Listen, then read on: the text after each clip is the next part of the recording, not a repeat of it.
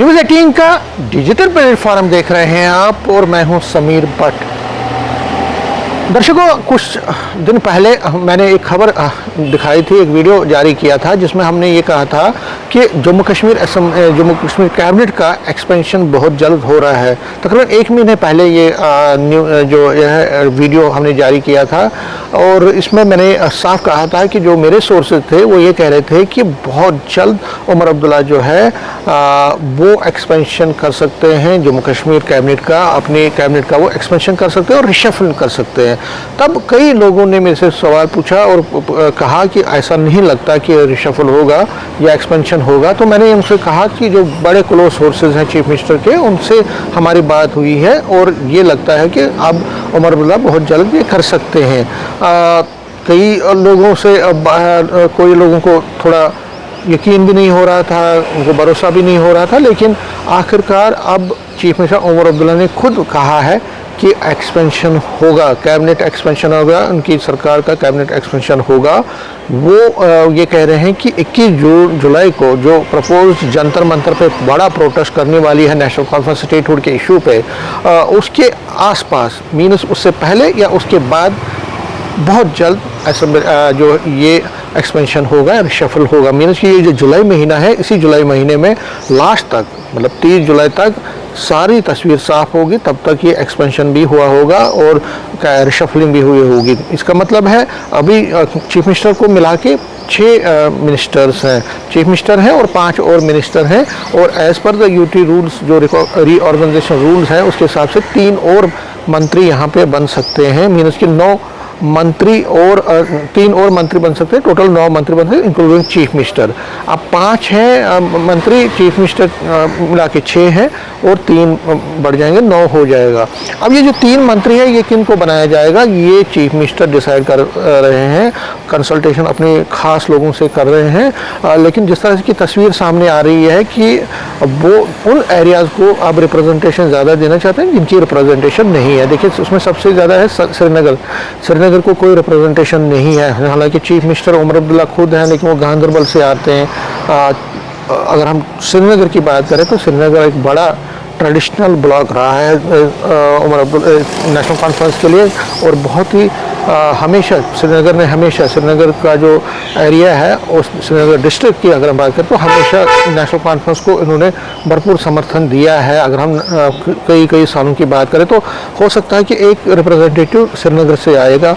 इसके साथ साथ कुपवारा डिस्ट्रिक्ट है जो नॉर्थ है, वहाँ से भी कोई रिप्रेजेंटेटिव इस वक्त नहीं है पार्टी वहाँ पे सज्जाद लोन हालांकि और चौधरी रमज़ान को राज्यसभा मेंबर बना दिया है लेकिन तब भी कैबिनेट में कोई नहीं है। तो एक नॉर्थ से भी एक मंत्री हो सकता है और ऐसा कहा जा रहा है कि साउथ से भी एक और मंत्री को लिया जाए। हालांकि सकीन आई तो वहाँ पे है ऑलरेडी, लेकिन साउथ को और मजबूती देने के लिए वहाँ से भी एक मंत्री बनाया जा सकता है।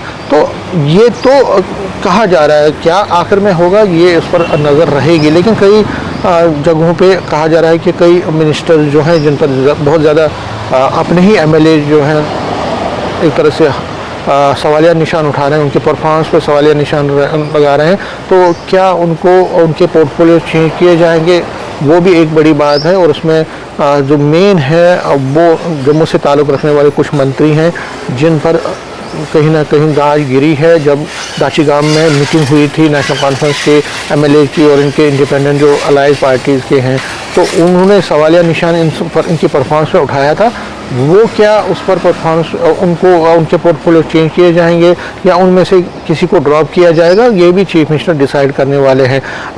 ऐसा है कि 3 नए चेहरे होंगे लेकिन उसके साथ साथ जो कैबिनेट में जो पोर्टफोलियोज़ हैं उनका भी एक तरह से हम कह सकते हैं पोर्टफोलियोज रिशफल किए जा सकते हैं। तो एक बड़ी जो हम ये कह सकते हैं एक्सरसाइज होने वाली है इसी जुलाई में, और इसी जुलाई में स्टेटहुड पर भी नेशनल कॉन्फ्रेंस प्रोटेस्ट करने वाली है। तो हम ये कह सकते हैं कि ये जो जुलाई महीना है ये बड़ा ही हेक्टिक रहने वाला है सियासी तौर पर।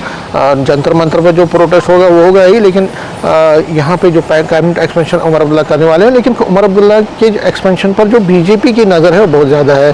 बीजेपी मानती है कि अगर नाराज़गी है, क्योंकि इसमें तो एक अनार 100 बीमार वाली बात है। 9 ही मिनिस्टर बन सकते हैं। नेशनल कॉन्फ्रेंस के तकरीबन 51 इंक्लूडिंग कांग्रेस को मिला के समर्थन दे रहे हैं, और क्या कांग्रेस में से किसी को लिया जाएगा इस पर भी नज़र है। हालांकि कांग्रेस साफ कह रही है कि जब तक स्टेटहुड नहीं आता तब तक हम नहीं आएंगे कैबिनेट में, उनका एक वाज़ेह प्लान है। लेकिन क्या उनको मनाया जाएगा या एक सीट उनको दी जाएगी, एक पोर्टफोलियो उनको दिया जाएगा, उस पर भी नज़र रहेगी।